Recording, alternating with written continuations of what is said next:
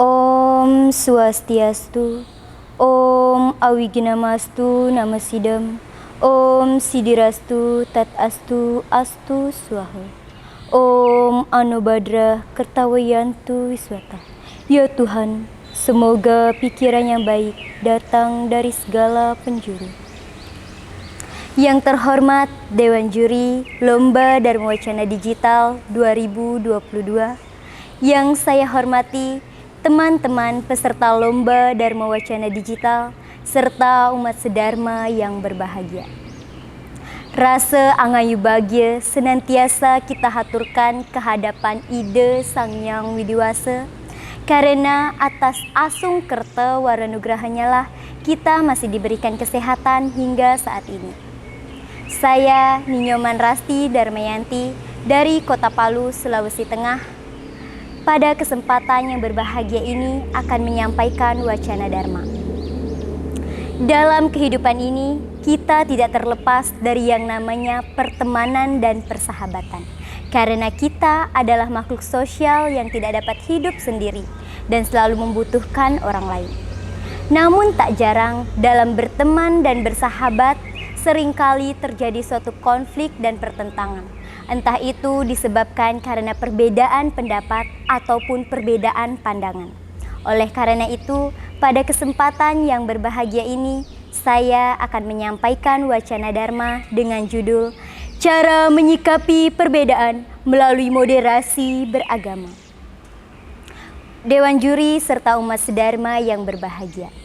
Ketika terjadi suatu konflik di dalam kehidupan ini, hal yang harus kita lakukan adalah bukan mencari siapa yang salah, tetapi seharusnya kita mampu mencari apa sebenarnya yang salah. Ketika terjadi konflik, kita sebagai umat manusia seharusnya mampu menyikapinya dengan cara yang bijak. Salah satu caranya adalah dengan moderasi beragama. Tentu timbul pertanyaan dalam benak hati kita. Apa sesungguhnya yang dimaksud dengan moderasi beragama?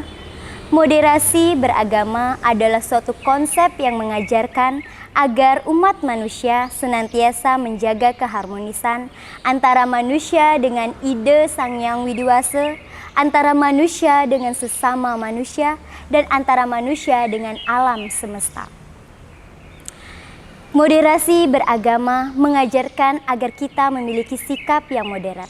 Sikap yang moderat adalah suatu sikap atau paham yang mengajarkan agar kita memiliki sifat beragama yang tidak terlalu berlebihan. Maksudnya adalah ketika kita mendapatkan sumber ajaran dari sumber apapun, baik itu kitab suci Weda, kita hendaknya tidak boleh terlalu mengagung-agungkan ajaran agama tersebut, apalagi sampai merendahkan ajaran agama orang lain. Ide Sang Hyang Widiwasa, Tuhan Yang Maha Esa, telah berpesan kepada umatnya melalui pustaka suci Bhagavad Gita bahwa beliau tidak hanya bisa dicapai melalui satu jalan saja, tetapi beliau bisa dicapai melalui berbagai macam jalan. Hal ini dituliskan dalam kitab Bhagavad Gita bab 4 sloka 11. Yaya tamam prapadiante tam stataiwa bajami aham Mama wartmanu wartante manusia parta sarwasa, yang artinya bagaimanapun jalan umat manusia untuk mencapai kepadaku, aku akan menerimanya wahai Arjuna, karena sesungguhnya aku bisa dicapai oleh berbagai macam jalan. Dari kutipan sloka tadi sudah sangat jelas bahwa kita sebagai ciptaan ide Sang Hyang Widiwasa sudah seharusnya mampu saling menyayangi dan menghargai antara satu dengan yang lainnya. Kita hendaknya tidak boleh merendah-rendahkan ajaran agama orang lain, apalagi sampai menjustis ajaran agama orang lain itu salah. Karena sejatinya jalan agama ibaratkan air sungai yang mengalir. Meskipun ada yang mengalir dari arah kiri, kanan, selatan, barat, dan timur, namun jika sudah berada pada jalur yang benar, maka air sungai tersebut akan mengalir ke samudra. Demikian juga halnya dengan ajaran agama. Apabila apapun ajaran agama yang kita tempuh, asalkan itu sudah berdasarkan dharma dan tidak mengganggu agama orang lain, maka ajaran agama tersebut niscaya akan menuntun dan mengarahkan kita menemukan kerahayuan dan ke jalan Tuhan itu sendiri. Dewan juri serta umat sedharma yang berbahagia, kita sedang menjalani kehidupan di zaman Kali Yuga, yang mana perbandingan antara dharma dan adharma itu sangat jauh lebih banyak adharma.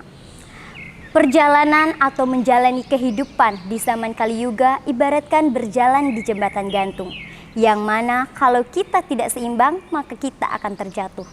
Untuk menjaga agar tetap seimbang inilah tantangan bagi kita. Bagaimana caranya agar kita tetap melaksanakan dharma di dalam kehidupan ini. Adharma tidak akan merajalela apabila kita mampu mengendalikan dan meminimalisir musuh-musuh yang ada di dalam diri kita. Musuh-musuh yang ada di dalam diri kita dalam ajaran agama Hindu disebut dengan sadripu. Yang pertama yaitu kama atau keinginan.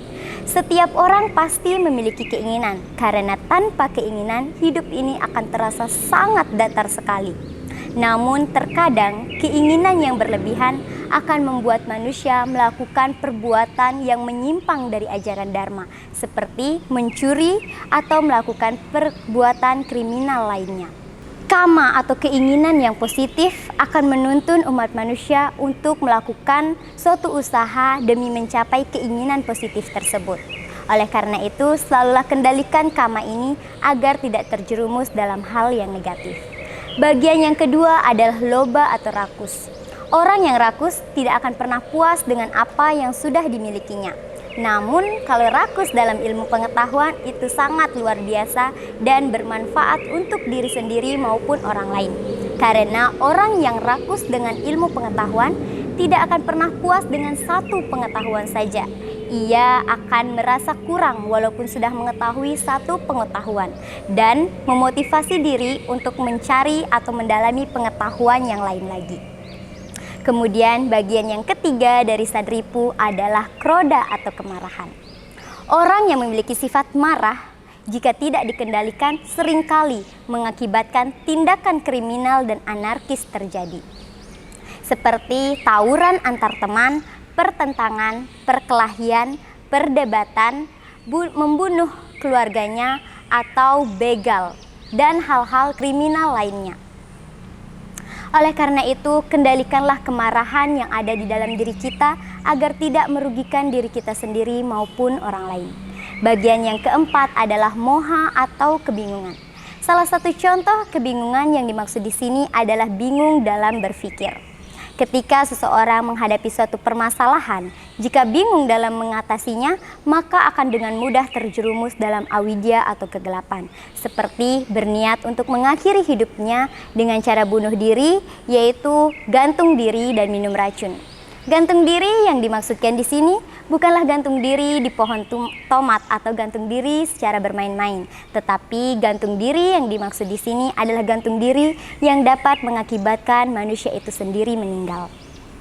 Kemudian bagian yang kelima adalah mada atau kemabukan. Kemabukan biasa terjadi di kalangan remaja. Seharusnya kita sebagai generasi muda mampu mengendalikan diri kita dari hal-hal yang negatif, agar kita dapat mempertahankan apa yang sudah para pahlawan kita perjuangkan selama ini. Kita hanya dituntut untuk mempertahankan dengan cara berlomba sebanyak-banyaknya untuk meraih prestasi. Kita tidak pernah dituntut untuk memperjuangkan atau mempertahankan kemerdekaan ini dengan cara merelakan jiwa dan raga kita. Kemudian bagian yang terakhir dari sadripu adalah matsarya atau iri hati. Orang yang memiliki sikap iri hati akan selalu memiliki perasaan benci dan dengki kepada setiap orang yang memiliki sesuatu yang lebih daripadanya. Contohnya, seorang tetangga yang sedang membeli kompor baru, tetapi yang panas malah tetangga yang satunya.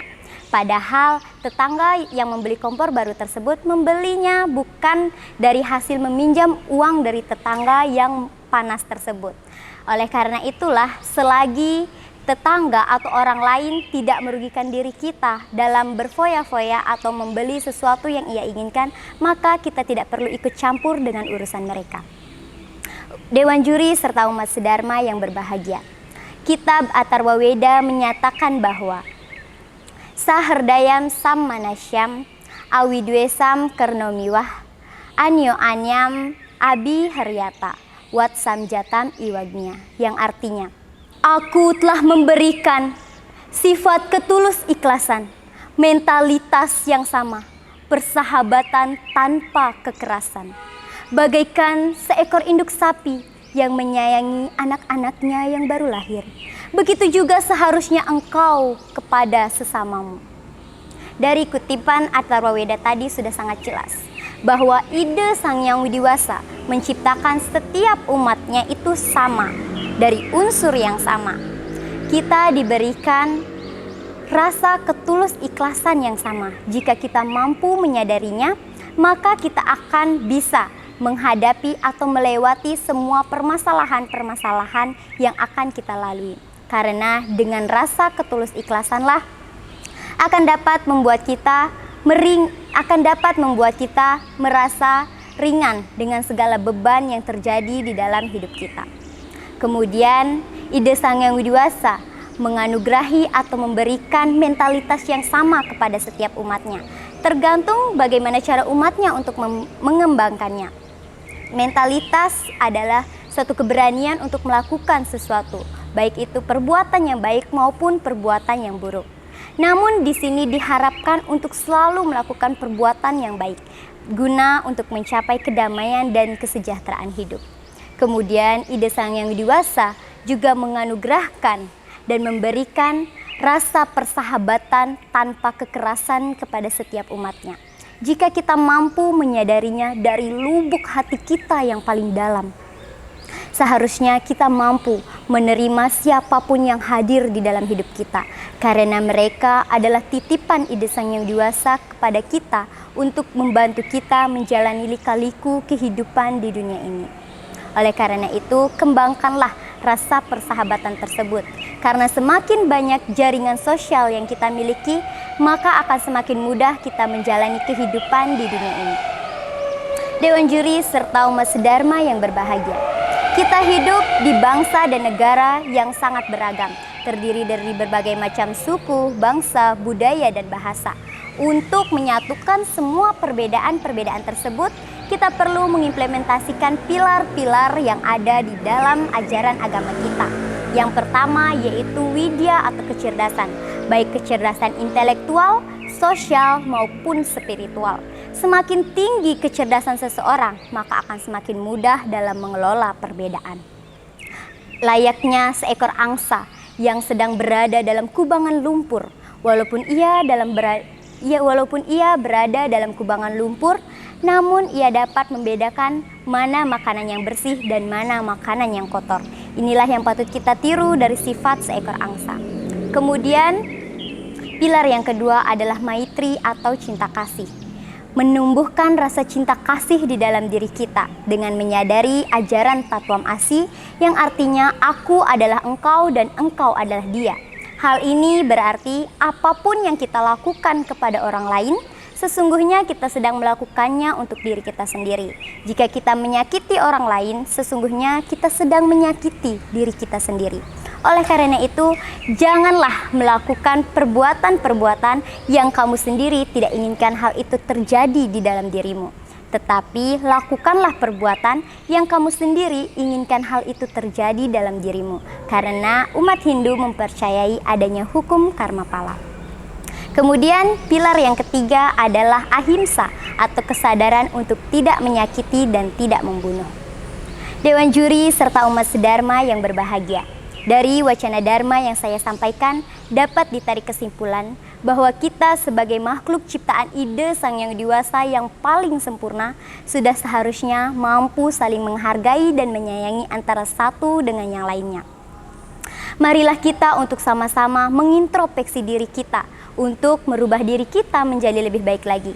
Karena tidak akan ada yang dapat merubah diri kita jika bukan kita sendiri yang mau merubahnya. Ketahuilah bahwa sesungguhnya umat yang beragama adalah ia yang mampu mengimplementasikan ajaran agama di dalam kehidupannya. Sekian wacana dharma yang dapat saya sampaikan. Akhir kata saya tutup dengan para mesanti.